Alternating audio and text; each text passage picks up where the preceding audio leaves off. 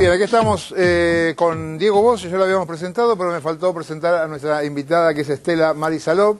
Un aplauso, bienvenida. Estela Maris es ingeniera especialista en cuestiones ambientales, pero antes de darle la palabra les quiero contar que también es coordinadora, que ella es la coordinadora del grupo de profesionales de la provincia de Buenos Aires, encargado de las cuestiones ambientales, dependientes de la presidencia del Senado de la Nación, y que presentó en el Senado bonaerense una plataforma llamada Plataforma Legislativa de Soberanía Ambiental, con 19 propuestas que buscan generar un cambio de paradigma, 4 de estas propuestas centradas justamente en plantear la prevención de inundaciones. Bueno, Estela Maris, ahí veíamos que lo del cambio climático, pero bueno, también estará quien diga que por más que venga el diluvio universal, mal de muchos consuelo de tontos. Y digo que más allá del cambio climático, ¿hay maneras de atenuarlo o no? Sí, seguro. Primero tenemos que cambiar nosotros, los seres humanos, que es lo más importante, la cabeza. Y por ende todos los que hoy están conduciendo también los destinos del mundo, ¿no? En los gobiernos. En primera instancia, nosotros presentamos esta plataforma hace 3 años, a partir de varios plenarios que se fueron haciendo, solicitados por la presidencia del Senado, el vicegobernador. Esto tuvo estado parlamentario allá por mediados del 2013, justamente a partir del conflicto que sucedió en La Plata. Unos meses antes de la inundación de La Plata, nosotros presentábamos un estudio de todo lo que era el tema de las inundaciones en general en la provincia de Buenos Aires, y una de las situaciones de conflicto estaba todo el tema de la Cuenca del Gato y los alrededores, generalmente de las grandes concentraciones urbanas, más allá de que la provincia de Buenos Aires tiene un territorio muy particular. Pero bueno, perdieron estado parlamentario, hoy nuevamente volvemos a ingresar las leyes para que vuelvan, los proyectos de leyes para que vuelvan a tener estado parlamentario. La oposición no nos acompañó en este año y medio, sobre todo los sectores que hoy están viviendo los conflictos más serios, que es la cuenca del Luján, ¿no? Los alrededores de la cuenca del Luján. Y dentro de esa propuesta de las 19 leyes hay 4... ¿Cómo no la La oposición, ¿no? El Frente Renovador y todos los sectores que consideraron, obviamente, que no era importante este paquete de leyes, y hay uno en particular que nosotros entendíamos que era sumamente importante, que era declarar la emergencia hídrica de la provincia de Buenos Aires para poder acceder a una financiación importante para en cada cuenca poder arribar con los problemas de fondo de punto de vista de los temas a tratar con obras o con otros tratamientos que nosotros hemos planteado en las otras 4 leyes, proyectos de leyes. Y el planteo que nosotros hicimos es fundamentalmente interpretar el espacio físico desde otro lugar. Sabemos que las concentraciones urbanas son muy importantes, el conurbano bonaerense tiene 15 millones de habitantes, el 4º sector importante de Latinoamérica, Ciudad de México, San Pablo, Río de Janeiro y el Gran Buenos Aires. Una pregunta, uno dice cambio climático y pareciera que fue una especie como una maldición divina, y en realidad esas cosas son provocadas por, bueno, ya qué sé yo, desde el protocolo de Kioto para acá podemos hablar de millones de cosas. En el caso de estas inundaciones que estamos viviendo hoy, o las que se vivieron en el 2013 en la ciudad de Buenos Aires, ¿tienen que ver con cuestiones específicas que el hombre modifica? Respecto de, por ejemplo, no sé, el caso del Tigre que conozco, que se saca tierra del delta para construir los countries y luego las áreas del delta se inundan. Eso antes no ocurría y ahora ocurre. Entonces, ¿tiene que ver con eso o hay algo natural que uno que se resigna y ya, o hay que modificar el modo de construcción? O sea, ¿cuál es la responsabilidad en términos de los seres humanos y las construcciones urbanas, o los countries, o lo que tenga que ver con eso? Yo creo que son muchas cosas que suceden simultáneamente.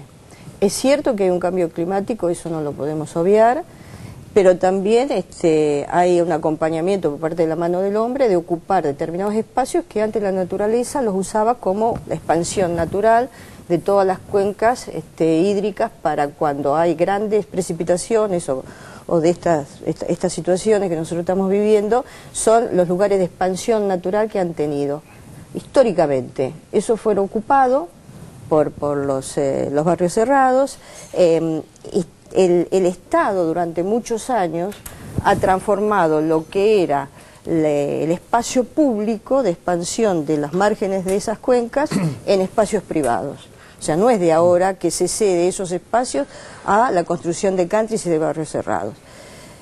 En algún momento eso tenía un cierto equilibrio, pero ahora, sobre todo en la cuenca del Luján, esos barrios con las características de ocupación del territorio que están sobre los humedales, prácticamente han anulado casi en un 40% el escurrimiento natural de las aguas. Y el agua tiene memoria. La naturaleza tiene memoria y cuando llueve intentar ir por el mismo lugar. Y si por ese lugar hay un embalse y no permite, va a ir a los lugares más bajos, que generalmente es la tierra que están los más humildes, los más pobres. Entonces eso es lo que nosotros tenemos hoy, en las consecuencias, sobre todo, como bien planteaba recién el informe, en la cuenca media de Luján. Pero también hay un cambio de paradigma que nosotros entendemos que hay que visualizar en todo lo que es no solo el cambio climático, sino como nosotros interpretamos el territorio nuestro. La provincia de Buenos Aires es una llanura, es una meseta y arriba de esa meseta está la llanura que tiene muy baja pendiente. Es una llanura extrema, como pocas en el mundo, y que hay una diferencia de gradiente en pendiente en 1 kilómetro, 2 milímetros, nada. Por lo tanto, el planteo de resolver el escurrimiento de las aguas hoy no tiene que ser solamente de acuerdo a la mecánica de los fluidos o los modelos matemáticos por gravedad. O sea, tratar de escurrir el agua por grandes zanjeos y grandes obras en forma inmediata. Eso sí se puede hacer, pero en determinadas circunstancias. Lo que sí hay que plantear el territorio desde el punto de vista de los grandes ecosistemas, como dice la ley del ambiente, con la termodinámica de los ecosistemas, que tiene que ver con mesetas como la nuestra, que no tienen escurrimiento y que define trabajar fundamentalmente con las cuencas hídricas, tanto la alta, la media como la baja. En cuestiones como estamos viviendo en este momento de grandes precipitaciones y prolongadas en el tiempo, yo tengo que hacer retención. Tengo que tratar que el agua no llegue a la cuenca media, por lo tanto tengo que hacer reservorios de retención en la cuenca alta. Y tengo que trabajar con otro sistema de interpretación del escurrimiento en la cuenca media y baja. La cuenca baja, la mayoría está ocupada porque son las grandes ciudades del conurbano bonaerense. Entonces quizás ahí hay que replantear reservorios de otra naturaleza, enterrados, también trabajar con el retardo. Y a esto se suma fundamentalmente que como están ocupados esos lugares y además no tenemos pendiente, también no podemos definir cuáles son los límites de esos valles de expansión.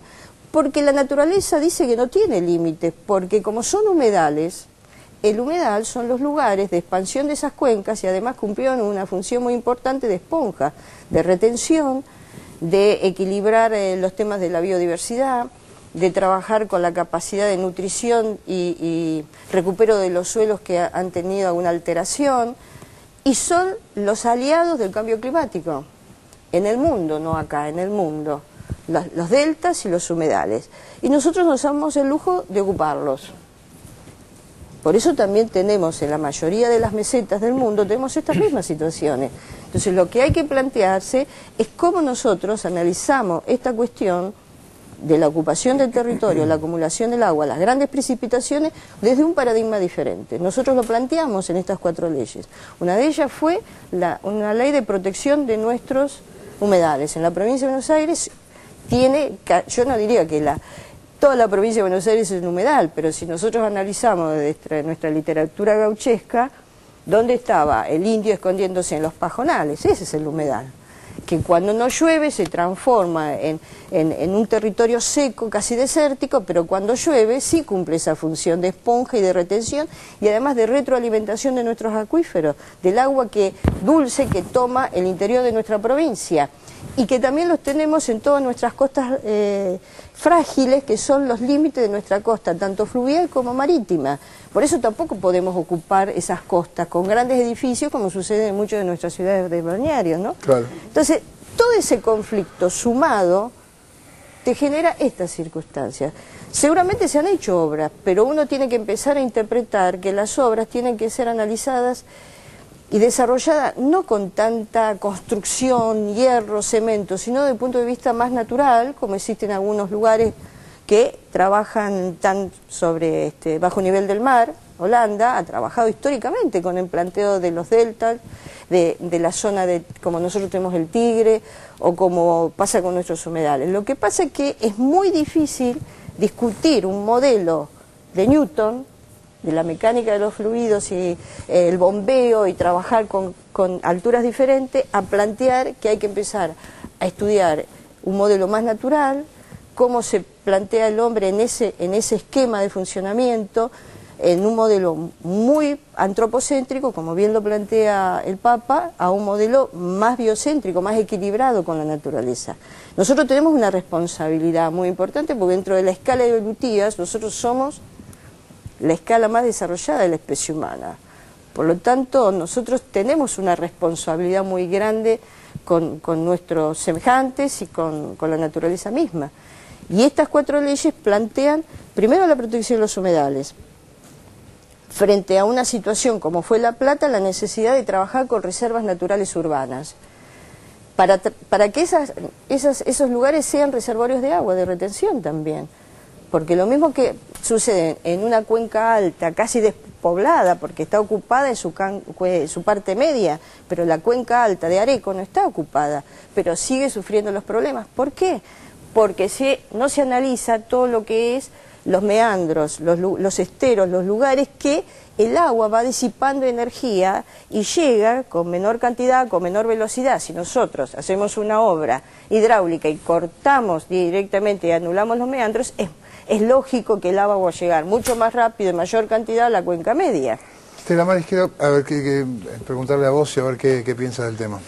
Bueno, primero es un especialista, con lo cual hay cuestiones que me trascienden. Entiendo que la provincia de Buenos Aires en los años 70 tuvo un cambio muy fuerte en nivel de humedad, se empezaron a registrar niveles de humedad mucho más fuertes, y uno de los elementos centrales en esa discusión era el plan maestro del Río Salado, porque la verdad que las grandes cuestiones que tenían que ver con las inundaciones tenían que ver con el Río Salado.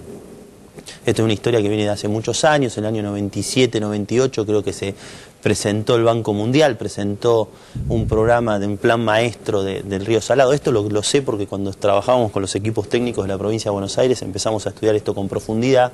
De hecho, estudiamos las 19 leyes que se presentaron en materia ambiental y avanzaron eso no se hizo nada, vino la crisis en la Argentina, la verdad es esa. El 2001 teníamos prevista hacer obras, no se licitó, 2002, 2003, recién en el 2004 se inician las obras. Conocemos las obras porque hemos invertido recursos con instrumentos financieros para el fondo hídrico, y realmente se avanzó mucho en la etapa 1, la fase 1 y la fase 2 del plan maestro de obras hídricas del Salado, que la verdad que es de los más importantes que tiene la provincia de Buenos Aires. Yo lo que creo que acá, como dijo quien conoce los temas, la profesional que conoce los temas ambientales, es una situación imprevista y una situación con un caudal de agua, realmente lo decía el ministro de la provincia de Buenos Aires, llovió en 7 días el 30% de lo que llueve en todo un año. Y además con dos cuestiones, que la semana anterior, a fines de julio, también hubo una lluvia, con lo cual la capacidad de impermeabilizar el suelo se vio reducida. Nosotros entendemos que hay cuestiones de una catástrofe muy fuerte. Entendemos que hay cuestiones que tienen que ver con el medio ambiente, hay cuestiones que tienen que ver con la forma en que se cultiva. La siembra directa ha generado niveles de... La siembra directa asociada a la soja, que es un invento argentino y que es algo que ha revolucionado la producción agrícola y fundamentalmente la producción de soja. Y con esto no quiero decir que estoy en contra de que se siembre soja, todo lo contrario, que se siembre soja, pero plantea nuevos inconvenientes y nuevos problemas.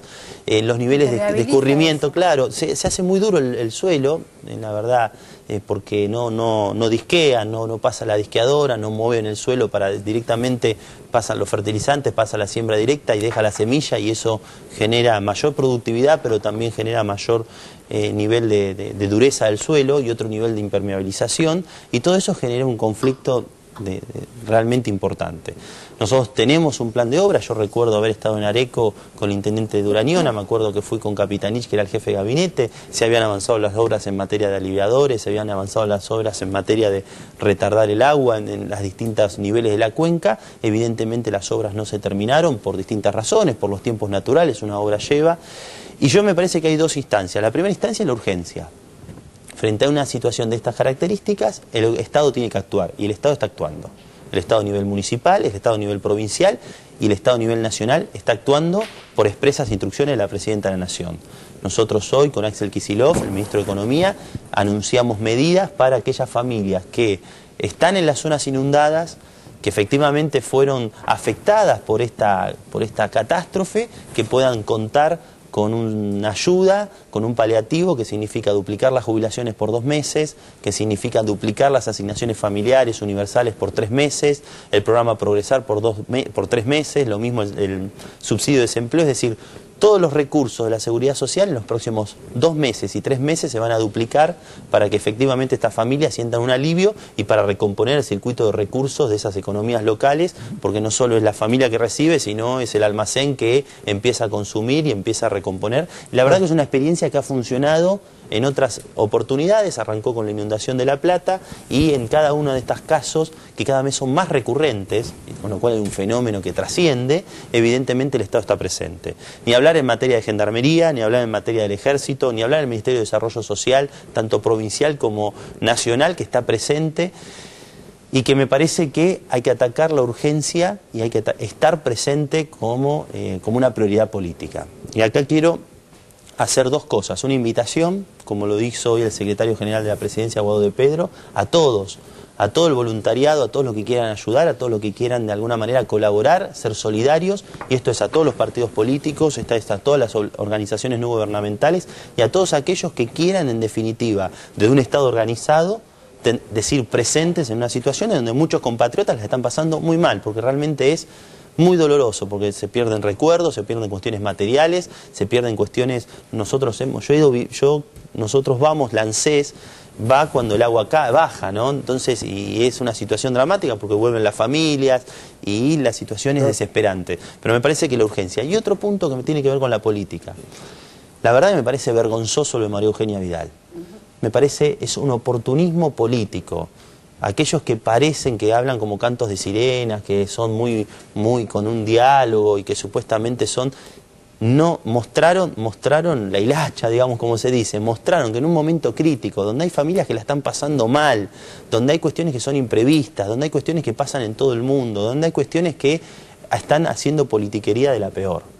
Y eso evidentemente habla de falta de responsabilidad, de falta de criterio, y no solo de falta de criterio, sino de oportunismo político y especulación política. Por eso me parece excelente lo que le dijo Mauro, porque también se tiene que hacer, primero, responsable, porque hay un bloque, no solo del Frente Renovador, sino también del PRO, porque seguramente hay funcionarios, porque seguramente hay intendentes, pero no solo la responsabilidad en ese sentido, sino no jugar con las expectativas y la situación y aprovecharlas, porque esto es una cuestión que tiene facetas, la coyuntura, gravísimo, y la verdad una situación preocupante y hay que actuar, y ahí está el Estado haciendo todo lo que tiene que hacer por expresas instrucciones de la Presidenta de la Nación. Claro. La cuestión estratégica tiene que ver con cuestiones climáticas, con cuestiones de medio ambiente, con cuestiones de cómo nuevas tecnologías de producción, con las cuestiones de cómo los humedales son ocupados por las distintas urbanizaciones que efectivamente cambian el rumbo natural de las cosas, y cuestiones estratégicas. Pero hacer un aprovechamiento político realmente me parece,